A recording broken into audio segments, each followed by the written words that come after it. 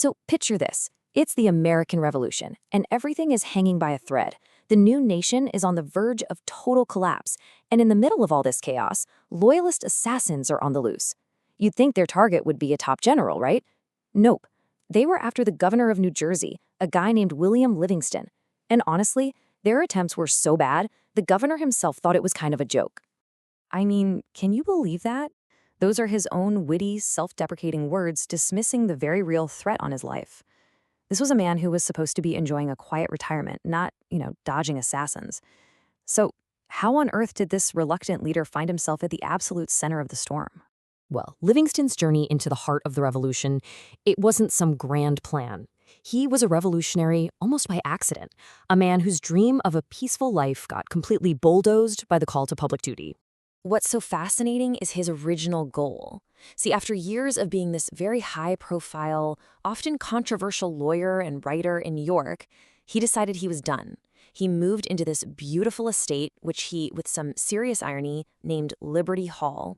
And his whole plan was just to escape politics, focus on his writing, and hang out with his family. But, a guy with his reputation couldn't just fade into the background. His sharp critiques of British policy were already famous. And the revolutionaries in New Jersey, well, they knew they needed his brain and his experience, so they basically dragged him out of retirement. Before he knew it, he was a delegate to the Continental Congress, and by June of '76, he was actually commanding the state militia. So much for a quiet life, right? But here's the thing. Livingston wasn't just signing up for a cause. He was walking straight into an absolute catastrophe. The year 1776 was a moment of total, desperate crisis for the American Revolution. After a string of just devastating defeats in New York, George Washington's Continental Army was completely shattered. The whole dream of independence felt like it was dying, and the army itself was practically dissolving. Just think about that number for a second. 6,000. In a few short months, the army went from over 30,000 men down to 6,000. Morale was shot, they had no equipment, and enlistments were about to run out. The entire cause was on life support. And the speed of this collapse was just stunning. The British Army swept across New Jersey with this terrifying efficiency. They took Fort Lee, chased Washington's broken army south, and by mid-December, they had a whole chain of military outposts across the state. New Jersey was, for all intents and purposes, occupied territory.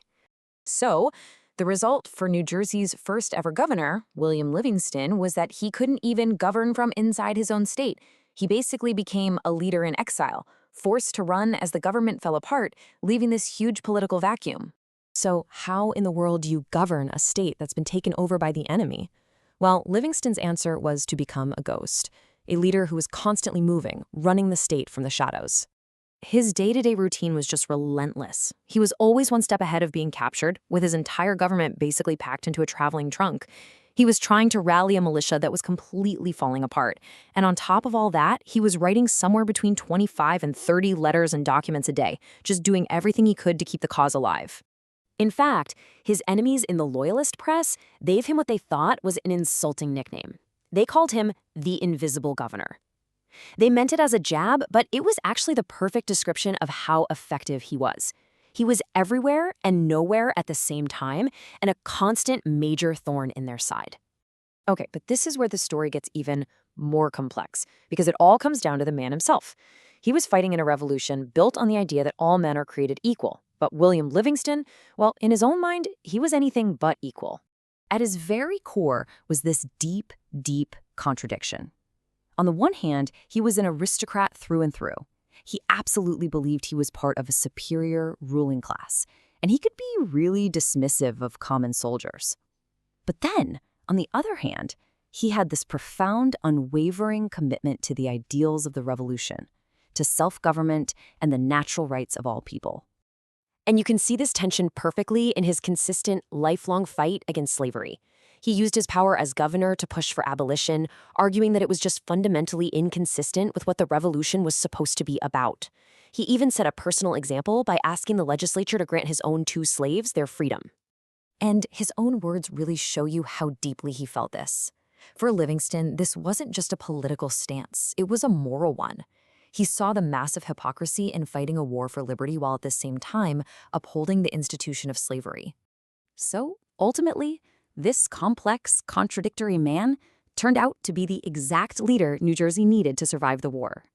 He became the architect of order in a state that was just drowning in chaos. He ended up wielding a ton of power through the state's Council of Safety.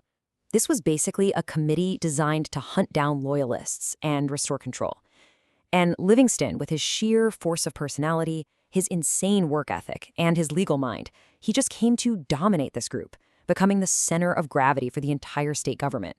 The historian Carl E. Prince really sums up his contribution perfectly. At a moment when New Jersey could have completely fractured, Livingston held it all together. His leadership created the stability that allowed the American war effort to even continue in one of its most critical spots. And this wasn't just something historians figured out later. The people around him saw his value in real time. I mean, Alexander Hamilton, a guy who knew a thing or two about leadership, he put Livingston in the absolute top tier of American patriots, right up there with giants like Benjamin Franklin and George Washington. Which really leaves us with a final thought. We always celebrate the generals who win the glorious battles, but the story of Liam Livingston kind of makes you ask, what's the value of the invisible leader, the one working tirelessly behind the scenes, not for glory, but just to keep the whole thing from falling apart? Maybe that's its own kind of revolutionary heroism.